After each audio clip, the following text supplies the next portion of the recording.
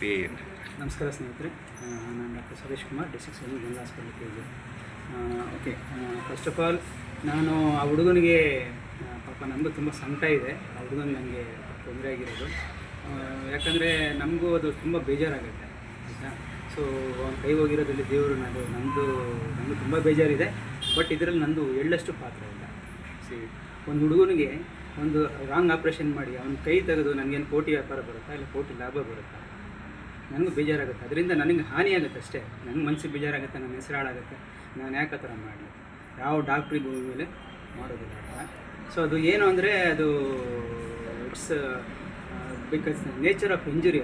ಅದು 25 kg ಕಲ್ಲು ಕೈ ಮೇಲೆ ಬಿದ್ದಿರೋದ್ರಿಂದ ಅದು ತೊಂದರೆಯಾಗಿ ಅದು ಕಾಂಪ್ಲಿಕೇಶನ್ ಆಗಿದೆ. ಈಗ ಏನಂದರೆ ಯಾವುದೇ ಮೆಡಿಕಲ್ ಫೀಲ್ಡ್ ತೊಗೊಂಡ್ರೆ ಒಂದು 10 to 20% ಇವಾಗ ನೋಡಿ, ಎಕ್ಸಾಂಪಲ್ಲು ನೀವು ಜೈದಿ ಆಸ್ಪತ್ರೆಗೆ ಹೋಗ್ತೀರಾ, ಅಲ್ಲಿ ಎಲ್ಲ ಪೇಷಂಟ್ಸು ಉಳಿಯೋಕ್ಕೆ ಸೂಪರ್ ಸ್ಪೆಷಾಲಿಟಿ ಆದ್ರೂ ಹಾರ್ಟ್ ಅಟ್ಯಾಕ್ ಅಂತ ಹೋದ್ರೂ ಸಹ ಒಂದು 10 to 20% ಜನ ಮಾರ್ಟಾಲಿಟಿ ಆಗೇ ಆಗುತ್ತೆ. ಹೀಗಾಗಿ ಆ ಹುಡುಗನಲ್ಲಿ ಬಿದ್ದಿರೋಂಥ ಏಟು ತುಂಬಾ ಅಗಾಧವಾದ ಹೇಟ್. ಅದು 25 kg ಒಂದು ಸಣ್ಣ ಕೈ ಮೇಲೆ ಬೀಳ್ತದಂದರೆ ಏನಾಗ್ಬೋದು ಕೈ ಅಂತ ನೀವು ಅರ್ಥ ಮಾಡ್ಕೊಳ್ಳಿ. ಸೊ ಹಂಗಾಗಿ ಆ ಹುಡುಗನಿಗೆ ನಿಜವೂ ಇವೆಲ್ಲೂ ಸಂಕಟ ಇದೆ ಮಾತಾಡ್ತಾ. ಅವ್ನು ಒಳ್ಳೇದಾಗಲಿ, ಅವನ ಭವಿಷ್ಯಕ್ಕೆ ಒಳ್ಳೇದಾಗಲಿ. ಸೊ ಹೇಳ್ತಾ ಇದರಲ್ಲಿ ನಾನು ಎಳ್ಳಷ್ಟು ಪಾತ್ರ ಇಲ್ಲ. ಅವನಿಗೆ ಕರೆಕ್ಟಾಗಿ ಏನು ನನ್ನ ಈ ಎಕ್ಸ್ಪೀರಿಯನ್ಸ್ ಸರ್ಜನ್ನು, ನನ್ನ ಎಕ್ಸ್ಪೀರಿಯನ್ಸ್ನಲ್ಲಿ ಏನು ಅವನಿಗೆ ಒಳ್ಳೇದು ಮಾಡಬೇಕು, ಮ್ಯಾಕ್ಸ್ ಟು ಮ್ಯಾಕ್ಸ್ ನನ್ನ ಕೈ ಮೀರಿ ಅವನಿಗೆ ನಾನು ಸಹಾಯ ಮಾಡಿದ್ದೀನಿ. ಸೊ ಇದರಲ್ಲಿ ಅವನಿಗೆ ಅದು ಅವನ ದುರಾದೃಷ್ಟನೋ ಏನೋ ಭಗವಂತನ ಇದನೋ ಕೈ ಇದು ಆಗಲಿಲ್ಲ. ಸೊ ಫಸ್ಟಿಂದ ಹೇಳೋಕ್ಕೆ ಇಷ್ಟಪಡ್ತೀನಿ. ಸೊ ಅವನು 6ನೇ ತಾರೀಕು ಒಂದು ಹಳ್ಳಿನಲ್ಲಿ ಕಲ್ಲು ಮನೆ ಹತ್ರ ಕಟ್ಟಬೇಕಾದ್ರೆ ಮನೆ ಕನ್ಸ್ಟ್ರಕ್ಷನ್ ಸೈಟ್ನಲ್ಲಿ ಅವನ ಏನೋ ಆಟ ಆಡೋಕ್ಕೆ ಹೋದಾಗ ಅಲ್ಲಿ ಹಾಲೋ ಬ್ಲಾಕ್ಸ್ ಅಂತ ಇರ್ತಾವಲ್ಲ, ಒಂದು 25 kg ಇರ್ತವೆ, ಅದು ಒಂದು ಕೈ ಮೇಲೆ ಬಿದ್ದೋಗಿದೆ. ಸರಿ, ಅವ್ರ ತಂದೆ ಬಂದು ನಾನು ಹಾಸ್ಪಿಟ್ಲಿಗೆ ಕರ್ಕೊಂಬಂದರು. ಸರಿ, ನಾನು ನಮ್ಮ ಅಟೆಂಡರ್ಸ್ ಇದೆಲ್ಲ ಕರ್ಕೊಂಡು ತೋರಿಸಿದ್ರು ನನಗೆ. ಸರ್, ನಾನು ನೋಡಿ ಅಡ್ಮಿಟ್ ಮಾಡಿದೆ ಕೇಸ್ನ. ಪೇಷಂಟ್ ಅಡ್ಮಿಟ್ ಮಾಡಿ ವಾರ್ಡ್ನಲ್ಲಿ ಹೋಗಿ ತಿರ್ಗಾ ಸಾಯಂಕಾಲ ಒಂದು ನಾನು ಕ್ಲಿನಿಕ್ಕೆಲ್ಲ ಮುಗಿದ್ಮೇಲೆ ರೌಂಡ್ಸ್ ಮಾಡಿ ಅವ್ರ ತಂದೆ ಹೇಳಿದೆ, ನಾನು ನೋಡಪ್ಪ ಇದು ಕಲ್ಲಾಗಿದೆ, ಕೈಯೆಲ್ಲ ತುಂಬ ಊತ ಇದೆ. ಸೊ ಇದು ಅರ್ಜೆಂಟಾಗಿ ಆಪ್ರೇಷನ್ ಮಾಡೋಕ್ಕಾಗೋದಿಲ್ಲ. ಸೊ ಇದೆಲ್ಲ ಯಾಕಂದರೆ ಹ್ಯಾಂಗ್ರಿ ಹ್ಯಾಂಡ್ ಅಂದಮೇಲೆ ನಾವು ಕೈ ಹಾಕಿದಾಗ ಅದು ಓಪನ್ ರಬ್ಬರ್ ಬ್ಯಾಂಡ್ ಥರ ಕ್ಲೋಸ್ ಮಾಡೋಕ್ಕಾಗಲ್ಲ, ತುಂಬ ತೊಂದರೆ ಆಗುತ್ತೆ. ಒಂದು 3 ದಿವಸ ನೋಡೋಣ ಹೆಂಗೆ ಆಗುತ್ತೆ, ಏನೇನಾಗುತ್ತೆ ಅದು ನೋಡಿಕೊಂಡು 3 ದಿವಸ ಆದಮೇಲೆ ಅಷ್ಟು ಬ್ಲಡ್ ಟೆಸ್ಟು ಇದೆಲ್ಲ ರೆಡಿ ಮಾಡ್ಕೊಂಡು ನಾವು ಆಪ್ರೇಷನ್ ಮಾಡೋಣಪ್ಪ ಅಂತ ಹೇಳಿ ಆ ತಂದೆಗೆ ನಾನು ಹೇಳಿ, ಸರಿ ನನ್ನ ಮಾಮೂಲಿ ಕೆಲಸಗಳಲ್ಲಿ ಮಾಡಿ ಡೈಲಿ ಅದನ್ನು ಪೇಷಂಟ್ಸ್ನ ವಾಚ್ ಮಾಡಿಕೊಂಡು ಒಂದು 3 days ಆದಮೇಲೆ ಸ್ವಲ್ಪ ಸ್ವೆಲ್ಲಿಂಗ್ ಎಲ್ಲ ಕಡಿಮೆ ಆಯಿತು, ಸ್ವಲ್ಪ ಇನ್ಫ್ಲಮೇಷನ್ ಎಲ್ಲ ಕಡಿಮೆ ಆಯಿತು. ಸೊ ಆವಾಗ ನಾವು ಏನು ಮಾಡೋದು, ಆ 3 daysನಲ್ಲಿ ಕೈನಲ್ಲಿ ನಾವು ರೇಡಿಯಲ್ ಆರ್ಟ್ರಿ, ಅಲ್ನಾರ್ ಆರ್ಟ್ರಿ ಅಂತ ನೋಡ್ತಾ ಇರ್ತೀವಿ, ನಮ್ಮ ಕೈನಲ್ಲಿ ಆಕ್ಸಿಜನೇಷನ್ ಅಂತ ನೋಡ್ತಾ ಇರ್ತೀವಿ. ಸೊ ಅದೆಲ್ಲ ಕ್ಲೀನಾಗಿ ಬರ್ತಾ ಇದೆ ಅಂತ ಹೇಳಿದ್ಮೇಲೆ ಕೈನಲ್ಲಿ ವ್ಯಾಸ್ಕ್ಯುಲೇಚರ್ ಚೆನ್ನಾಗಿದೆ ಅಂತ ಅರ್ಥ ಆಗುತ್ತೆ. ಸೊ ಈ ಥರ 3 days ಎಲ್ಲ ಮಾನಿಟರ್ ಮಾಡಿ ಸ್ವೆಲ್ಲಿಂಗ್ ಎಲ್ಲ ಕಡಿಮೆ ಆದಮೇಲೆ ಅದನ್ನು 3 days ಆದಮೇಲೆ ನಾನು 9ನೇ ತಾರೀಕು ಮಧ್ಯಾಹ್ನ 1:30ಗೆ ಅವ್ರಿಗೆ 1:15 ಹಂಗೆ 1:45 ಹಂಗೆ ಅವ್ರ ಆಪ್ರೇಷನ್ಗೆ ನಾವು ರೆಡಿ ಮಾಡಿಕೊಂಡು ಆಪ್ರೇಷನ್ ಮಾಡ್ತೀವಿ. ಅವ್ರಿಗೆ 2 ಕೈಗೂ 2 ಮೂಳೆನೂ ಮುರಿದೋಗಿರುತ್ತೆ. 2 ಮೂಳೆನೂ ನಿಮಗೆ ಫೋಟೋ ತೋರಿಸ್ತೀನಿ ನಾನು. 2 ಮೂಳೆನೂ ಸಾಕಷ್ಟು ಮೂಳೆನೂ ಮುರಿದೋಗಿದೆ. 2 ಮೂಳೆನೂ ಮುರಿದೋಗಿ, ಸೊ ಅದೇ ಆಪ್ರೇಷನ್ ಆದಮೇಲೆ ಆಪ್ರೇಷನ್ ಚೆನ್ನಾಗಾಯಿತು. ಆಪ್ರೇಷನ್ ಚೆನ್ನಾಗಿ ಈ ಥರ ಪ್ಲೇಟ್ಸ್ ನಾವು ಕುಣಿಸಿ ಕ್ಲೀನಾಗಿ ಅದು ರೆಡಿ ಆಯಿತು. ಆಪ್ರೇಷನ್ ಮಾಡಿ ಕುಣಿಸಿದ್ದಾಯಿತು. ಸರ್, ಅದು ಏನಾಯಿತು ಅಂತ ಹೇಳಿದ್ರೆ, ಇಲ್ಲಿ ಕೈ ಅದು ಇಲ್ಲಿ ಏಟಾಗಿತ್ತು, ಜಾಸ್ತಿ ಏಟಾಗಿತ್ತು. ಸೊ ಅದು ಏನಾಗುತ್ತೆ ಅಂದರೆ ಇದಕ್ಕೆ immediate complications, one of the complications of surgery ಅದು ಕ್ರಶ್ ಇಂಜುರಿ ಆಫ್ ವೆಸಲ್ಸ್, ಅಂದರೆ ರಕ್ತ ಸಂಚಾರ ಮಾಡೋದ್ರಲ್ಲಿ ಏನಿತ್ತು ವೆಸಲ್ಸಲ್ಲಿ ಏಟಾಗಿಬಿಟ್ಟಿರುತ್ತೆ. ಅದು ಸಡನ್ನಾಗಿ ಗೊತ್ತಾಗಲ್ಲ. ಅದು ಒಳಗಡೆ ಏನೋ ಸ್ಮೂತ್ನೆಸ್ ಇರುತ್ತಲ್ಲ, ಸ್ಮೂತ್ನೆಸ್ ಎಲ್ಲ ಹೋಗ್ಬಿಟ್ಟು ತುಂಬ ರಫ್ ಆಗಿಬಿಡುತ್ತೆ. ಇವಾಗ ಕಾಫಿನಲ್ಲಿ ನೀವು ಜಾಲಿಸಿದ್ರೆ ಈ ಕಾಫಿ ಪುಡಿ ಸೇರ್ಕೊಳ್ಳೋಲ್ಲ, ಹಂಗೆ ಸೆಲ್ಸ್ ಈಸಿಯಾಗಿ ಪಾಸ್ ಆಗೋಲ್ಲ. ಸೊ ರೆಡ್ ಸೆಲ್ಸ್ ಆಗಲಿ, ವೈಟ್ ಸೆಲ್ಸ್ ಆಗಲಿ, ಪ್ಲೇಟ್ಲೆಟ್ಸ್ ಆಗಲಿ, ಆ ರಕ್ತನಾಳಗಳು ಈಸಿಯಾಗಿ ಪಾಸ್ ಆಗೋಲ್ಲ. ರಫ್ ಆಗಿರೋದ್ರಿಂದ ಒಂದೊಂದಾಗಿ ಫಿಲ್ಟರ್ ಥರ ಅದು ಸಿಗಾಕ್ಬಿಡುತ್ತೆ. ದಟ್ ಇಸ್ ಅದು ಇಮಿಡಿಯೇಟ್ ಕಾಂಪ್ಲಿಕೇಶನ್. ಅಂದರೆ ಒಂದು within 7 to 10 days of injury ಮೇಲೆ ಅದು ಗೊತ್ತಾಗುತ್ತೆ. ಸೊ ಅದು ಸರ್ಜರಿ ಆದಮೇಲೆ ಅದೇನಾಗುತ್ತೆ ಕಾಂಪ್ಲಿಕೇಶನ್, ಅದು ಯಾವಾಗ ಅದು ರಕ್ತ ತುಂಬ ಕ್ರಶ್ ಆಗಿತ್ತಲ್ಲ, ಇಲ್ಲಿ ಕ್ರಶ್ ಆಗಿತ್ತು. ಸೊ ಅದು ನಾನು ಮಾಡಿರೋದು ಆಪ್ರೇಷನ್ ಇಲ್ಲಿ. ಸೊ ಅದು ಕ್ರಶ್ ಆಗಿರೋದು ಇಲ್ಲಿ. ಸೊ ಇಲ್ಲಿ ಇದು ಏನಾಗುತ್ತೆ, ಅದು ರಕ್ತ ಚಲನೆಯಲ್ಲಿ ಮೂವ್ಮೆಂಟ್ ಆಗ್ತಾ ಅದು ಫಿಲ್ಟರ್ ಆಗಿ ಅದೇನಾಗುತ್ತೆ, ಕ್ಲಾಟ್ ಒಂದು 10 cm ಕ್ಲಾಟ್ ಫಾರ್ಮೇಷನ್ ಆಗುತ್ತೆ. ಅಂದರೆ ಲಾಂಗ್ ಥ್ರಾಂಬಸ್ ಅಂತ, ಈ ಹಾರ್ಟ್ ಅಟ್ಯಾಕ್ ಎಲ್ಲ ಆಗುತ್ತಲ್ಲ ಕ್ಲಾಟು, ಆ ಥರ ಕ್ಲಾಟ್ ಆಗಿ ಅದು ಕೈಯೆಲ್ಲ ಸ್ವಲ್ಪ ಸರ್ಕ್ಯುಲೇಷನ್ ಡೌನ್ ಆಗಿ ಸ್ವಲ್ಪ ಕೈಯೆಲ್ಲ ಒಂಥರ ನಮ್ಮನೆ ಶುರುವಾಗಿ ಬ್ಲ್ಯಾಕ್ ಆಗಿ ಶುರು ಆಯಿತು. ಸೊ ರಾತ್ರಿ ಎಲ್ಲ ಅದನ್ನು ಮಾನಿಟರ್ ಮಾಡ್ಕೊಂಡು ಸ್ವಲ್ಪ ರಾತ್ರಿ ಎಲ್ಲ ಚೆನ್ನಾಗಿತ್ತು. ತಿರ್ಗಿ ಬೆಳಿಗ್ಗೆ ಎಲ್ಲ ನಾವು ನೋಡಿದಾಗ ನಾನು ತಂದೆಗೆ ಓಟಿನಲ್ಲಿ ಕರ್ಕೊಂಡೋಗಿ ನೋಡಿದಾಗ ರಾತ್ರಿ ಎಲ್ಲ ಏನು ಪಲ್ಸೇಷನು SP OT ಎಲ್ಲ ಬರ್ತಾಯಿತ್ತು, ಎಲ್ಲ ಚೆನ್ನಾಗೇ ಇದ್ದಿದ್ದ ಕಾರಣ ಬೆಳಿಗ್ಗೆ ನಾನು ಓಟಿನಲ್ಲಿ ಕರ್ಕೊಂಡೋಗಿ ತಿರ್ಗಿ ಅದನ್ನು ಬ್ಯಾಂಡೇಜ್ ಬಿಚ್ಚಿ ನೋಡಿದಾಗ ನಾವು ತಂದೆ ಹೇಳಿದೆ, ನೋಡಪ್ಪ ಇದು ಏನೋ ಸ್ವಲ್ಪ ನನಗೆ ಸಮಸ್ಯೆ ಕಾಣಿಸ್ತಾ ಇದೆ. ಸೊ ಇದನ್ನು ನಾವು ವಾಸ್ಕ್ಯುಲರ್ ಸರ್ಜನ್ ಅಂತ ಮಾಡ್ತಾರೆ. ವಾಸ್ಕ್ಯುಲರ್ ಸರ್ಜನ್ ಅವ್ರ ಒಪಿನಿಯನ್ ತೊಗೋಬೇಕಾಗುತ್ತೆ. ಅದು ನಾವು ಮಾಡೋದಿಲ್ಲ, ನಾವು ಬೋನ್ಸ್ ಓನ್ಲಿ ಡೀಲ್ ವಿತ್ ಸರ್ಜರೀಸ್ನ ಬೋನ್ಸ್ನ ಫಿಕ್ಸ್ ಮಾಡ್ತೀವಿ. ವಾಸ್ಕ್ಯುಲರ್ ಸರ್ಜನ್ ಅಂದರೆ ಪ್ಲಾಸ್ಟಿಕ್ ಸರ್ಜನ್ಸಿ, ನರಗಳನ್ನ ರಿಪೇರಿ ಮಾಡೋದು ಡಾಕ್ಟರ್ಸು. ಅವ್ರದ್ದು ಒಪಿನಿಯನ್ ತೊಗೋಬೇಕಪ್ಪ, ಏನೋ ನಂಗೆ ಸ್ವಲ್ಪ ಇದರಲ್ಲಿ ಸಮಸ್ಯೆ ಕಾಣಿಸ್ತಾ ಇದೆ ಅಂತ ಹೇಳಿ ಅವ್ರ ತಂದೆಗೆ ಹೇಳಿದಾಗ ಅವ್ರ ತಂದೆನೂ ಒಪ್ಕೊಂಡು ಆಮೇಲೆ ನಾನು ಡಾಕ್ಟರ್ ಆನಂದ್ ಅಂತ SNR ಹಾಸ್ಪಿಟ್ಲಲ್ಲಿ ಇದ್ದಾರೆ ಪ್ಲಾಸ್ಟಿಕ್ ಸರ್ಜನು. ಅವ್ರಿಗೆ ನಾನು ಕನ್ಸಲ್ಟ್ ಮಾಡಿ, ಸರ್ ಈ ಥರ ಆಗಿದೆ, ಏನು ಮಾಡೋದು ಅಂತ ಕೇಳಿದ್ರೆ ಇಮಿಡಿಯೇಟ್ ಕಳಿಸಿ ಸರ್ ಅಂತ ಹೇಳಿದ್ರು. ನಾನು ಇಮಿಡಿಯೇಟಾಗಿ ನಮ್ಮ ಆಸ್ಪತ್ರೆ ನಮ್ಮ ಗ್ರೂಪ್ ಪೀಸನ್ನು ಕರೆದು, ನೋಡಪ್ಪ ಅವ್ರು ವಯಸ್ಸಾದ ಹಳ್ಳಿಯವ್ರು ಗೊತ್ತಾಗಲ್ಲ, ಅವ್ರು ಗಾಬರಿಯಲ್ಲಿ ಇರ್ತಾರೆ, ನೀವು ಜೊತೆಗೆ ದಯವಿಟ್ಟು ಅವ್ರ ಜೊತೆಗೆ ಹೋಗಿ ಅಲ್ಲಿ ನಮ್ಮ ಡಾಕ್ಟರ್ ಆನಂದ್ಗೆ ಹೇಳಿದ್ದೀನಿ ಅಂತ ಹೇಳಿ ಇಮಿಡಿಯೇಟ್ ಆ್ಯಂಬುಲೆನ್ಸ್ ಮಾಡಿ ಅದೇನು ಫಸ್ಟ್ ಏಡ್ ಏನು ಇಂಜೆಕ್ಷನ್ಸ್ ಎಲ್ಲ ಬರುತ್ತೆ ಪ್ಯಾರಿನ್ ಅದೆಲ್ಲ ನಾವು ಫಸ್ಟ್ ಏಡ್ ಎಲ್ಲ ಮಾಡಿ ಇಮಿಡಿಯೇಟಾಗಿ ನಮ್ಮ ಅಟೆಂಡೆನ್ಸ್ ಅವ್ರಿಗೆ ಗೊತ್ತಾಗಲ್ಲ, ಭಯ ಬೀಳ್ತಾರೆ ಅಂತೇಳಿ ಅಲ್ಲಿಗೆ ಕಳಿಸಿ ಡಾಕ್ಟರ್ ಆನಂದ್ ಅಲ್ಲಿ ಇಮಿಡಿಯೇಟಾಗಿ ಆ್ಯಕ್ಟಿವ್ ಆಗಿ ಅಲರ್ಟ್ ಆಗಿ ಇಮಿಡಿಯೇಟಾಗಿ ಅವ್ರಿಗೆ ಹ್ಯಾಂಜಿಯೋಗ್ರಾಮ್ ಎಲ್ಲ ಮಾಡ್ತಾರೆ. CT ಹ್ಯಾಂಗ್ ಏನು ಹಾರ್ಟಿಂಗ್ ಮಾಡ್ತಾರಲ್ಲ ಆ ಥರ ಹ್ಯಾಂಜಿಯೋಗ್ರಾಮ್ ಎಲ್ಲ ಮಾಡಿದಾಗ ಈ ಥರ ಒಂದು ಪಿಕ್ಚರ್ ಬರುತ್ತೆ. ಇಲ್ಲಿ ನೋಡಿ ಬ್ಲಾಕ್ ಆಗಿರೋದು ಇಲ್ಲಿ. ಸೊ ಇಲ್ಲಿ ಅಂದರೆ ಇವು ರಕ್ತನಾಳಗಳು ಡೈ ಬಿಡ್ತಾರೆ ಇಲ್ಲಿ ನೋಡಿ, ಇಲ್ಲಿ ನಾನು ಮಾಡೋದು ಆಪ್ರೇಷನ್ ಇಲ್ಲಿ. ಸೊ ಬ್ಲಾಕ್ ಆಗಿರೋದು ಇಲ್ಲಿ. ಸೊ ಅವಾಗ ಏನು ಮಾಡ್ತಾರೆ ಡಾಕ್ಟರ್ಸು, ಬ್ಲಾಕ್ ಆಗಿದೆ ಅಂತ ಹೇಳ್ಬಿಟ್ಟು ಆರ್ಟಿರಿಯಾಟಮಿ ಅಂತ ಮಾಡ್ತಾರೆ. ಆರ್ಟಿರಿಯಾಟಮಿ ಅಂತ ಮಾಡಿ ಅದರ ಥ್ರಾಂಬಸ್ನ ತೆಗೆದು ರೀಕೆನಲೈಸ್ ಮಾಡ್ತಾರೆ. ರೀಕೆನಲೈಸ್ ಮಾಡಿದಾಗ ಸೊ ಅದು ತಿರ್ಗಾ ಅದು ಬ್ಲಡ್ ಸರ್ಕ್ಯುಲೇಷನ್ ಬರುತ್ತೆ. ಬ್ಲಡ್ ಸರ್ಕ್ಯುಲೇಷನ್ ಬಂದು ಅದನ್ನು ಬ್ಲಡ್ ಸರ್ಕ್ಯುಲೇಷನ್ ಎಲ್ಲ ಬಂದು ತಿರ್ಗಾ ಸ್ವಲ್ಪ ಇಂಪ್ರೂವ್ಮೆಂಟ್ ಆಗುತ್ತೆ. ಬಟ್ ಆದರೂ ತಿರ್ಗಾ ಅದು ರೀಕ್ಯಾನಲೈಸ್ ಮಾಡಿದ್ರು ತಿರ್ಗಾ ಅದು ರಫ್ ಆಗಿರೋದ್ರಿಂದ ತಿರ್ಗಾ ಅದು ಅಬ್ಸ್ಟ್ರಕ್ಷನ್ ಆಗುತ್ತೆ. ಅಬ್ಸ್ಟ್ರಕ್ಷನ್ ಆದರೆ ನಮ್ಮ ಡಾಕ್ಟರ್ ಹೇಳ್ತಾರೆ ಇನ್ನೊಂದು ಸತಿ ಮಾಡಬೇಕಾಗತ್ತಪ್ಪ ಅಂತ ಅವ್ರ ತಂದೆಗೆ ಹೇಳ್ತಾರೆ. ತಂದೆಗೆ ಹೇಳಿದಾಗ ಇಲ್ಲ ಸರ್ ನಾವು ಆಗಲ್ಲ, ಚೆನ್ನಾಗುತ್ತೆ, ಸ್ವಲ್ಪ ವೆಯ್ಟ್ ಮಾಡೋಣ ಅಂತ ಅವರು ಸೆಕೆಂಡ್ ಇನ್ನೊಂದಕ್ಕೆ ಎಕ್ಸ್ಪ್ಲೋರೇಷನ್ ಒಪ್ಪೋದಿಲ್ಲ. ಆಮೇಲೆ ಅಲ್ಲಿ ಡಾಕ್ಟರ್ ಆನಂದ್ ಸಹ ಅವ್ರಿಗೆ ಇದೆಲ್ಲ ಎಕ್ಸ್ಪ್ಲೇನ್ ಮಾಡಿರ್ತಾರೆ, ನೋಡಪ್ಪ ಈ ಥರ ಆಗುತ್ತೆ, ತೊಂದರೆ ಆಗುತ್ತೆ, ಡಾಕ್ಟ್ರು ಏನೋ ಸರ್ಜರಿ ಮಾಡಿದ್ದಾರೆ, ಬೋನ್ ಫಿಕ್ಸ್ ಆಗಿದೆ, ಬಟ್ ಅದು ಬಿಕಾಸ್ ಆಫ್ ಇಂಜುರಿ ಆ ಥರ ಆಗಿದೆಯಪ್ಪ, ಡಾಕ್ಟ್ರು ಇದಕ್ಕೆ ಸಂಬಂಧ ಇಲ್ಲ. ಸೊ ನೀನು ಇದನ್ನು ನಾವು ರೆಡಿ ಮಾಡ್ತೀವಿ, ಬಟ್ ಆಗಲಿಲ್ಲ ಅಂದರೆ ಕೈಗೆ ಗ್ಯಾಂಗ್ರೀನ್ ಆಗುತ್ತಪ್ಪ, ಬ್ಲಾಕ್ ಆಗಿರೋದು ಇಸ್ಕೀಮೆ ಆಗುತ್ತೆ, ಇಸ್ಕೀಮೆ ಗ್ಯಾಂಗ್ರೀನ್ ಆಗಿ ಕೈ ಹೋಗಿ ಪ್ರಮೇಯ ಬರುತ್ತೆ ಅಂತ ಹೇಳ್ತಾರೆ.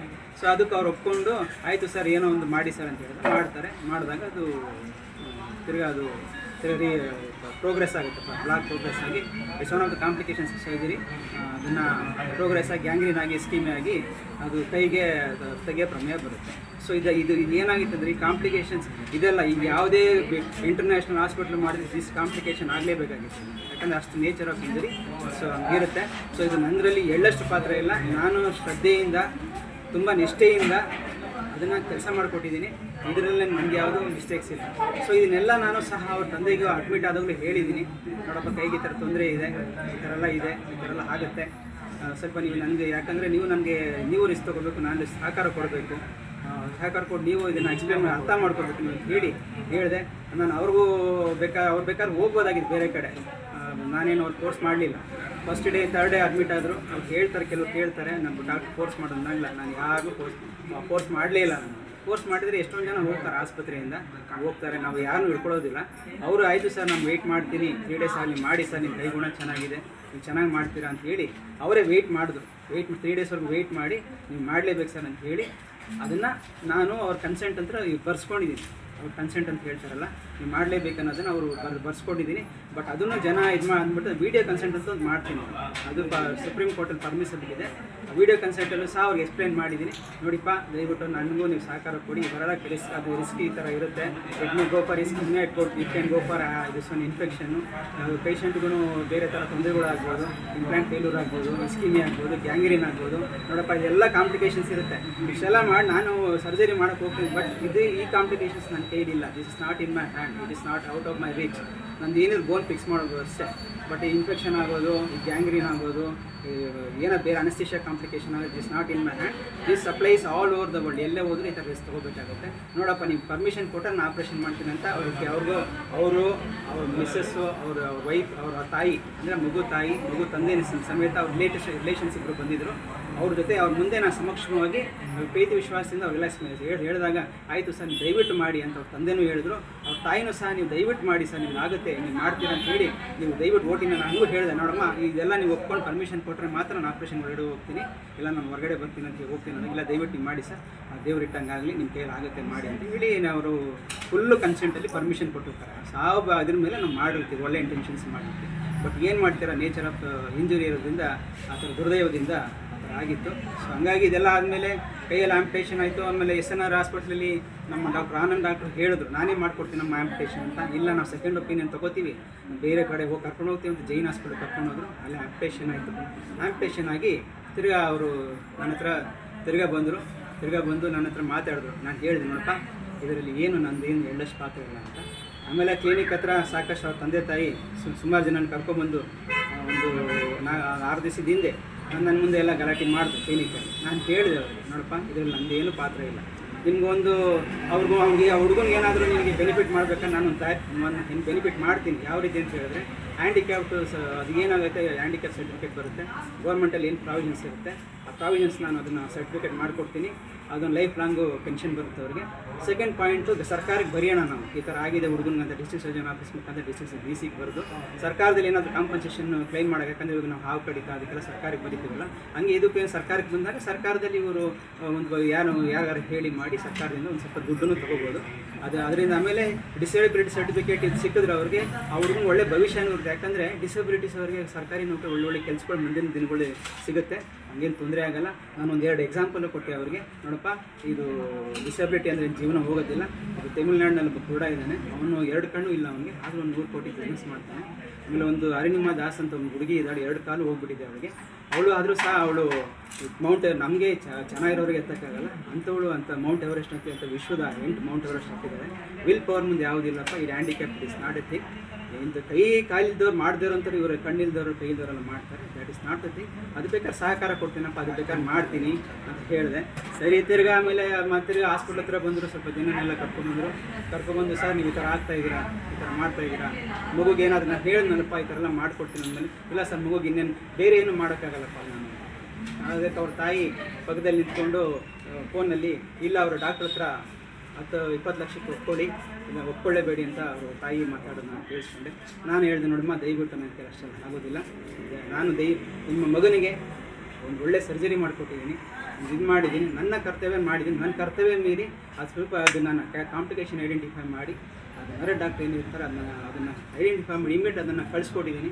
ಅದನ್ನು ಪರ್ಸನಲಾಗಿ ನಾನು ಬಂದು ಅಲ್ಲಿ ಅಟೆಂಡ್ ಮಾಡಿಸಿದ್ದೀನಿ, ನಾನು ಡಾಕ್ಟ್ರ್ ಮೀಟ್ ಮಾಡಿ ನಾನು ಆಸ್ಪತ್ರೆಗೆ ಬಂದಿದ್ದೀನಿ, ನಮ್ಮ ಹುಡುಗರನ್ನ ಕಳಿಸಿದ್ದೀನಿ, ಅದು ನಾನು ಮಾನಿಟರ್ ಮಾಡಿ ನಿಮಗೆಲ್ಲ ಸಾಂತ್ವನ ಹೇಳಿದ್ದೀನಿ. ಇಷ್ಟು ಬಿಟ್ಟು ನಾನು ಮಾಡೋಕ್ಕಾಗಲ್ಲ ಅಂತ ಹೇಳಿದಾಗ ಅವರು, ಇಲ್ಲ ಸರ್ ಹಂಗೆ ಮಾಡ್ತೀವಿ ಹಿಂಗೆ ಮಾಡ್ತೀವಿ, ನೀವು ಕೊಡಲಿಲ್ಲ ಅಂತ ಹೇಳಿದ್ರೆ ನಾವು ನಿಮ್ಮ ಮೇಲೆ ಗಲಾಟೆಗೆ ಬಿಡ್ತೀವಿ, ದಂಗೆ ಮಾಡ್ತೀವಿ, ಚಳುವಳಿ ಮಾಡ್ತೀವಿ ಅಂತ ಹೇಳಿದ್ರು. ನಾನು ಇಷ್ಟು ಹೇಳಿದೆ, ನೋಡಪ್ಪ ನನ್ನ ಕೆಲಸ ನಾನು ಮಾಡಿದ್ದೀನಿ, ನೀವು ಹೇಳೋ ಪ್ರಾಬ್ಲಮ್ ಇದ್ದರೆ ಮೆಡಿಕಲ್ ಬೋರ್ಡ್ಗೆ ಹಾಕಿ, ನಾನು ಬೇಡ ಅಂತ ಹೇಳೋದು, ನಿಮ್ಮ ಸಮಸ್ಯೆ ಇದೆಯಾ ಮೆಡಿಕಲ್ ಬೋರ್ಡ್ ಅಂತ ಅಲ್ಲಿ ಇರುತ್ತೆ, ಆ ಮೆಡಿಕಲ್ ಬೋರ್ಡಲ್ಲಿ ಹಾಕಿದ್ದು ಕಂಪ್ಲೇಂಟ್ ಲಾಡ್ಜ್ ಮಾಡಿ, ಆವಾಗ ಅವರು ನನಗೆ ಎನ್ಕ್ವೈರಿ ಕರೀತಾರೆ, ಅವಾಗ ನಾನು ಅಲ್ಲಿ ನಂತರ ಸ್ಪೆಷಲಿಸ್ಟ್ ಬರ್ತಾರೆ. ಇವಾಗ ಅವು ನಾನು ಹೇಳ್ಬೋದು, ನೋಡಪ್ಪ ಕಂಪಾರ್ಟ್ಮೆಂಟ್ ಸಿಂಡ್ರೋಮ್ ಅಂದ್ರೇನು, ವ್ಯಾಸ್ಕ್ಯುಲರ್ ಇಂಜುರಿ ಅಂದ್ರೇನು, ಇಂಟಿಮಲ್ ಇಂಜುರಿ ಅಂದ್ರೇನು, ಇವಾಗ ನ್ಯೂರೋವಾಸ್ಕ್ಯುಲರ್ ಬಂಡಲ್ ಇಂಜುರಿ ಅಂತ ಹೇಳಿದ್ರೆ ಅವ್ರಿಗೆ ಅರ್ಥ ಆಗುತ್ತೆ, ನಿಮ್ಗೆ ಅವೆಲ್ಲ ಸೂಕ್ಷ್ಮ ಅರ್ಥ ಆಗಲ್ಲ. ಅವ್ರು ಅದನ್ನು ಡಿಸೈಡ್ ಮಾಡ್ತಾರೆ, ಡಾಕ್ಟರ್ಸಲ್ಲಿ ಒಂದು ಗ್ರೂಪ್ ಆಫ್ ಡಾಕ್ಟರ್ಸ್ ಇರ್ತಾರೆ, ಅವೆಲ್ಲ ಡಿಸೈಡ್ ಮಾಡಿ ಇದು ತಪ್ಪು ಸರಿ ಅಂತ ಅವ್ರು ಡಿಸೈಡ್ ಮಾಡ್ತಾರೆ. ಆವಾಗ ಅದು ಸರಿಯಾಗಿ ಬರುತ್ತೆ, ಅದು ಆವಾಗ ನಿಮಗೆ ಒಂದು ತೀರ್ಮಾನ ನಾನು ಕೊಡ್ಬೋದು.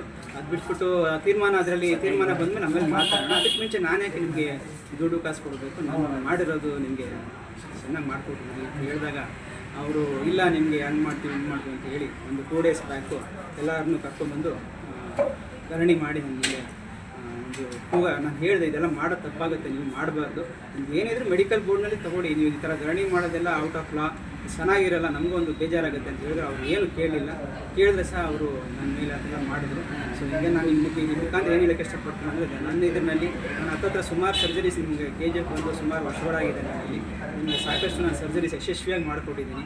ಯಾವುದೇ ಹಾಸ್ಪಿಟ್ಲಿಗೆ ಕರ್ಕೊಂಡು 20% ಮಾರ್ಟಾಲಿಟಿ ಅಂದರೆ 20% ಫೇಲ್ಯೂರ್ ಚಾನ್ಸಸ್ ಇದ್ದೇ ಇರ್ತದೆ. ಬಟ್ ನಾನು ಇದುವರೆಗೂ ಯಾರಿಗೂ ಇದು 100 ಸರ್ಜರಿ ಮಾಡೋ ಯಾವುದೂ ಫೇಲ್ಯೂರ್ಸ್ ಆಗಿಲ್ಲ ನಾನು. ಬಟ್ ಇದು because of the nature of injury ಹೊರತು ನಂದು ಕೆಲಸ ಮತ್ತು ಶುದ್ಧವಾಗಿ ಮಾಡಿಕೊಟ್ಟಿದ್ದೀನಿ, ಈಗ ಹೇಳೋಕ್ಕೆ ಇಷ್ಟಪಡ್ತೀನಿ. ಬಟ್ ಅವ್ರು ಏನು ದುಡ್ಡು ಕಾಸು ಅಂತ ಮಾತಾಡ್ತಾರೆ, ನಾನು ಯಾವುದು ದುಡ್ಡು ತೊಗೊಂಡಿಲ್ಲ, ಇದ್ರಲ್ಲಿ ನಾನು ಯಾವುದು ಪಾತ್ರನೂ ಇಲ್ಲ. ಸೊ ಇಷ್ಟು ಹೇಳೋಕ್ಕೆ ಇಷ್ಟಪಡ್ತಾ ಭಗವಂತ ಅವ್ನು ಒಳ್ಳೇದು ಮಾಡಲಿ, ಜನಗಳಿಗೆ ಇವ್ರಿಗೆಲ್ಲ ಇದು ಮಾಡಲಿ. ನಾನು ದಯವಿಟ್ಟು ಯಾರು ತಿಳ್ಕೊಬೇಡಿ ಅಂತ ಹೇಳ್ತಾ ನಾನು ಈ ಮಾತನ್ನ ಇಲ್ಲಿಗೆ ಮುಗಿಸ್ತೀನಿ.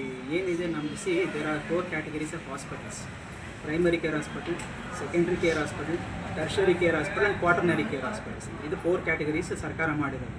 ನಮ್ಮದು ತಾಲೂಕಲ್ಲಿ ಬಂದು ಪ್ರೈಮರಿ ಲೆವೆಲ್ ಹಾಸ್ಪಿಟಲ್ ಅಂತ, ಅಂದರೆ first level of hospital.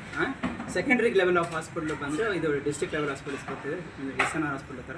Tertiary care ಬಂದು ಈ ವಿಕ್ಟೋರಿಯಾ ಆಸ್ಪತ್ರೆ ಆ ಥರ ಎಲ್ಲ ಬರ್ತದೆ. ಕ್ವಾಟರ್ನರಿ ಕೇರ್ ಅಂತ ಹೇಳಿ ಸೂಪರ್ ಸ್ಪೆಷಾಲಿಟಿ ಹಾಸ್ಪಿಟಲ್ ಅಂದರೆ ಈ ಕಾರ್ಡಿಯಕ್, ಅಂದರೆ ಇದು ನಮ್ಮ ಜಯದೇವ ಹಾಸ್ಪಿಟ್ಲು, ನಿಮ್ಮನ್ಸ್ ಹಾಸ್ಪಿಟಲ್. ಸೊ ಇದರಲ್ಲಿ ಆ ಲೆವೆಲ್ ಹಾಸ್ಪಿಟ್ಲಿಗೆ ನಾವು ಎಷ್ಟು ಇದು ಸರ್ಕಾರದಲ್ಲಿ ಏನು ಸವಲತ್ತು ಬೇಕು, ಅದಕ್ಕೆ ಏನು ಸಿಬ್ಬಂದಿ ಇರಬೇಕು ಅಷ್ಟು ಮಾತ್ರ ಇರುತ್ತೆ. ಸೊ ನಾವು ಬ್ರೈನ್ ಪೇಷಂಟ್ಸ್ನ, ನಾವು ಬ್ರೈನ್ ಹೆಡ್ ಇಂಜರಿ ಪೇಷಂಟ್ಸ್, ನಿಮ್ಮನ್ಸ್ ಪೇಷಂಟ್ ನಾವು ಟ್ರೀಟ್ಮೆಂಟ್ ಮಾಡ್ತೀವಿ ಅಂದರೆ ನಮ್ಗೆ ಆಗೋದಿಲ್ಲ.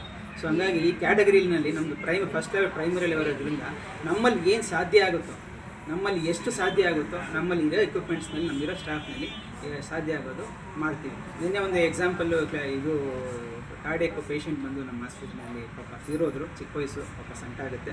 ಬಟ್ ಇದರಲ್ಲಿ ನಮ್ಮ ಡಾಕ್ಟ್ರು ರಚನ್ ರಾಜ್ ಅಂತ ಮತ್ತು ನಮ್ಮ ಡಾಕ್ಟರ್ ಫಾತಿಮಾ ಮೇಡಮ್ ಡ್ಯೂಟಿನಲ್ಲಿದ್ದು ಸಾಕಷ್ಟು ಅವರು ಅದು ಏನು ನೀವು ಏನು ಹೇಳ್ತಿರಲ್ಲ, ಲೈಸಿಸ್ ಇಂಜೆಕ್ಷನ್ ಅಂತ ಏನು ಹೇಳ್ತಿರಲ್ಲ, ಹಾರ್ಟ್ ಅಟ್ಯಾಕ್ ಲೈಸಿಸ್ ಇಂಜೆಕ್ಷನ್ ಕೊಡ್ತಿರಂತಲ್ಲ, ಸೆಪ್ಟೋಲೈಸಿಸ್ ಅಂತ ಏನು ಕ್ಲಾಟ್ ಇದನ್ನು ಡಿಸಾಲ್ವ್ ಮಾಡಿ ಇಂಜೆಕ್ಷನ್, ಅದನ್ನೂ ಸಹ ಯೂಸ್ ಮಾಡಿದ್ದಾರೆ. ಕನೆಕ್ಟಿವ್ ಪ್ಲೇಸ್ ಅಂತ ಯೂಸ್ ಮಾಡಿದ್ರು. ಅಷ್ಟೆಲ್ಲ ಮಾಡಿದ್ರು, ಫಸ್ಟ್ ಏಡ್ ಎಲ್ಲ ಕೊಟ್ಟು ಅದಕ್ಕೆ ಏನೇನು ಬೇಕೆಲ್ಲ ವ್ಯವಸ್ಥೆ ಮಾಡಿ ಡಾಕ್ಟರ್ ರಚನ್ ರಾಜ್ ಅವರು ಮತ್ತು ಡಾಕ್ಟರ್ ಫಾತಿಮಾ ಮೇಡಮ್ ಅವರು ಯಶಸ್ವಿ. ಬಟ್ ಏನು ಮಾಡ್ತೀರಾ, at was A massive attack. So ಹಂಗಾಗಿ ಆ ಪೇಷಂಟ್ನ ರೆಫರ್ ಮಾಡಲೇಬೇಕಾಗುತ್ತೆ ನಾವು.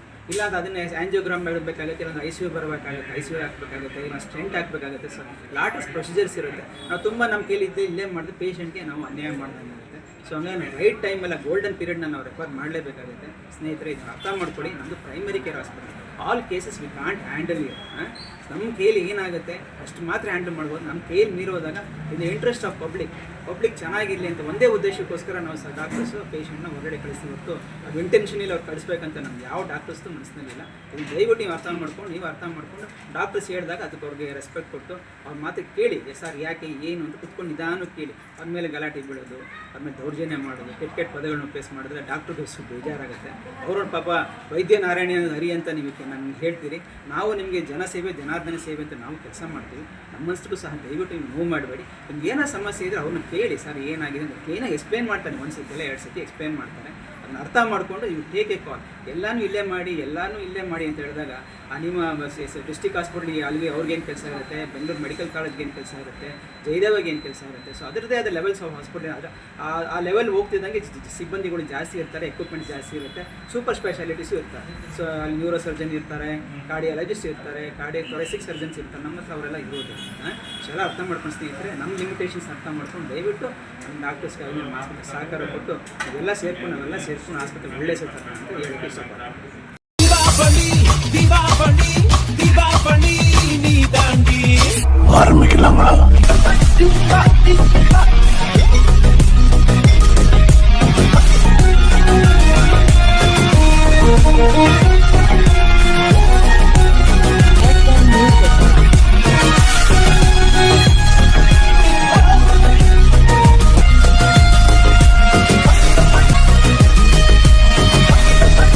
தரம் என்றும் நிரந்தரம் வாங்க.